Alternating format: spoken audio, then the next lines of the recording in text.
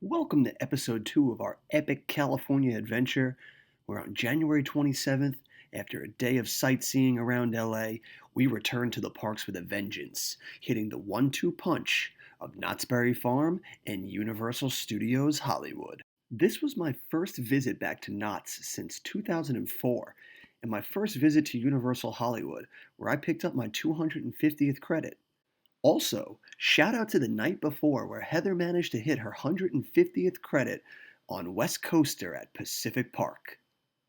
But now it's on to the show. This is our experience at Knott's Berry Farm and Universal Studios Hollywood.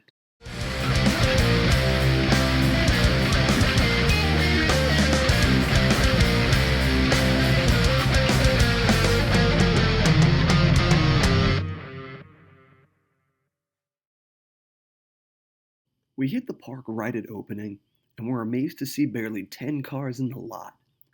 But our excitement quickly turned to trepidation as we approached the park and saw a decent amount of people amassing who had seemed to walk over from Ghost Rider. I guess there was a side parking lot we missed. Thankfully, it ended up not being an issue as once we entered the gates and everyone fanned out, there was still barely a soul in the park. The longest we waited was for our first ride of the day, the CCI coaster Ghost Rider, which was running 2 trains but only dispatching one full of riders, which slowed down proceedings immensely. I was super excited to get back on this ride as I loved it in 2004, and 16-year build-up since then had my adrenaline racing. It also didn't help that Airtime Thrills raves about this coaster constantly, so every time I watched a video of his, I was just dying to get back to this ride. And it didn't disappoint. The ride is amazing and more than lived up to the wait. It was fast, smooth, with awesome transitions and good restraints that didn't try to kill me. And it was long, too, going through its out and back layout multiple times, giving a different kind of experience each time. What a magnificent ride. After that, we headed back through the Old West, doing our best to find just about anything, and managed to lose ourselves looking for Pony Express, which we found hidden all the way in the back left corner of the park. And it was an okay ride. The launch was fun, but that was about it. I don't like the ride type as the way they have you sit is awkward for me and completely uncomfortable. It's also way too short, pretty much just making a figure eight without any big drops or intense speeds. I get it's a family coaster and meant for younger kids, but I feel like even most kids would be bored of a coaster like this, especially when they have a much better kiddie coaster on the other side of the park.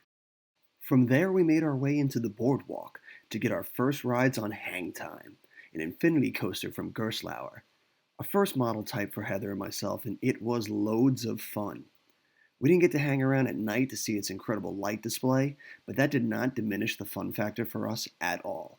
We love rides that make us nervous to ride them, and Heather especially was freaking out on that straight up lift hill. No matter how many of those we get on, that nervous feeling never disappears when that train starts its vertical ascent.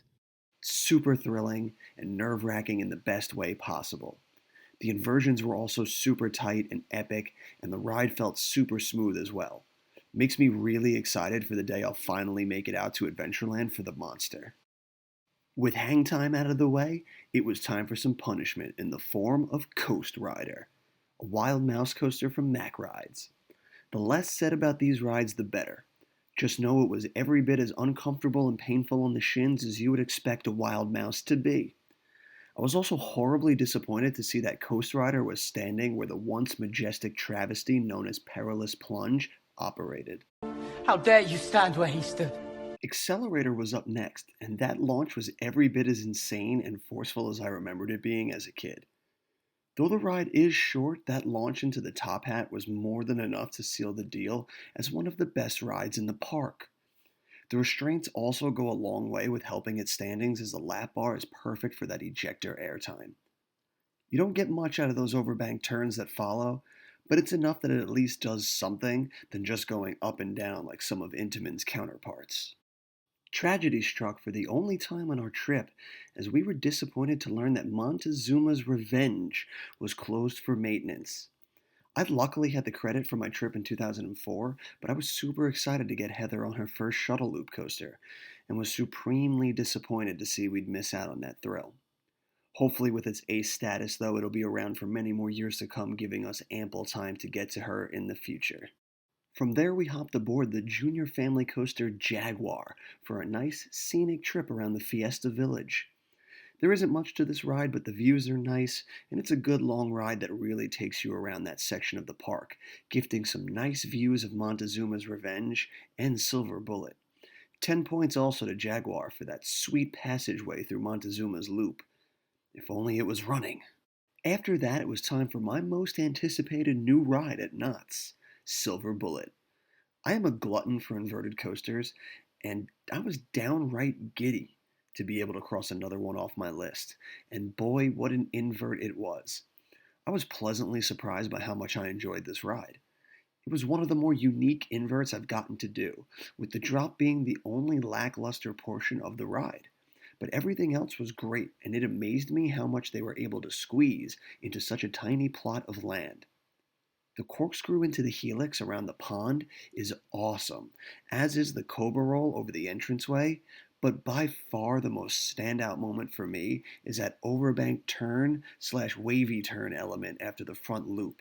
I loved every second of it, and it made this ride for me. After all that silver, we got some lunch at a nice little western shack that gave me great views for footage of Silver Bullet. From there, we nabbed our last credit in the form of Sierra Sidewinder, and holy hell, what a kiddie ride that was. I had known from Airtime Thrills videos that the ride was surprisingly forceful, and he wasn't kidding. That little helix near the end where you're staring either at the ground or up at the sky, depending on what side you're on, is crazy forceful. I was not expecting that from a kiddie ride, and it blew Pony Express out of the water. By the time we were off the Sidewinder, we were cutting it really close with time. Unfortunately, the parks are not open nearly long enough, which is understandable for a weekday in January, so we weren't able to get any re-rides in as we had to race through traffic to get to Universal Studios. So we nabbed a bit more footage as we made our way out, and it was off to the races to Universal. Before we get there, though, let me give you a few of my thoughts on Knott's. This is a pleasantly decent little park that had a lot of charm for me. I loved the Old West setting throughout the park, and I also liked how it mixed three different cultures of the California scene into one bustling park, between the boardwalk, Fiesta Village, and the Old West. The park has a solid collection of coasters that are all top notch, with the exception of a few mediocre supporting characters. Space is definitely limited there, but with how well they managed to fit Silver Bullet in, I could definitely see them having some more room in the Old West section to add hopefully more top tier coasters in the future. I think an intimate blitz like Maverick would be an amazing addition to that Old West section. Okay, back to the tour. We got to Universal by 3:30, giving us just 2.5 hours to get through the park. So unfortunately for us, we had to sacrifice the 60-minute studio tour to be able to fit all the rest of the rides in. We managed to grab a mummy ride, Transformers, the Kung Fu Panda attraction, Harry Potter and the Forbidden Journey before I finally climbed the mountain and claimed my 250th ride on that immaculate coaster, the ultra elite steel behemoth known as Flight of the Hippogriff.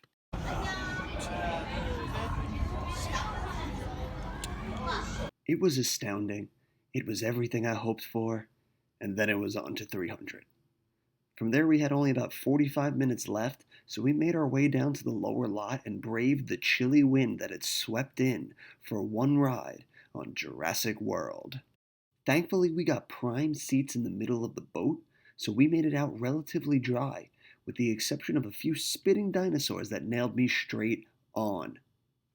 We took a detour through the gift shop and made our way out for a wonderful traffic filled drive home to end our day. Universal Studios was a cool environment, but it was definitely disappointing to go to after you've been to the one in Florida. There's just no way for them to compare. There also isn't a hell of a lot to do at this one, with really only 2 or 3 rides worth your time, which is unfortunate when tickets to their park cost an arm and a leg. I'm still glad I got to go, as it was a fun atmosphere with a few thrills along the way, though I don't think I'll be making my return there until Super Nintendo World opens up. All in all, it was an epic day of one and dones, as every ride was ridden only once, with Silver Bullet being our favorite and Coast Rider being our least favorite. Guys, thanks for watching. If you enjoyed this video, be sure to give it a thumbs up. Throw a comment down below your thoughts on both parks and what you'd like to see come to Knott's in the future. Be sure to hit that subscribe button and turn on notifications so you can be alerted as soon as the next episode in our California adventure goes live. And until next time, adventure on.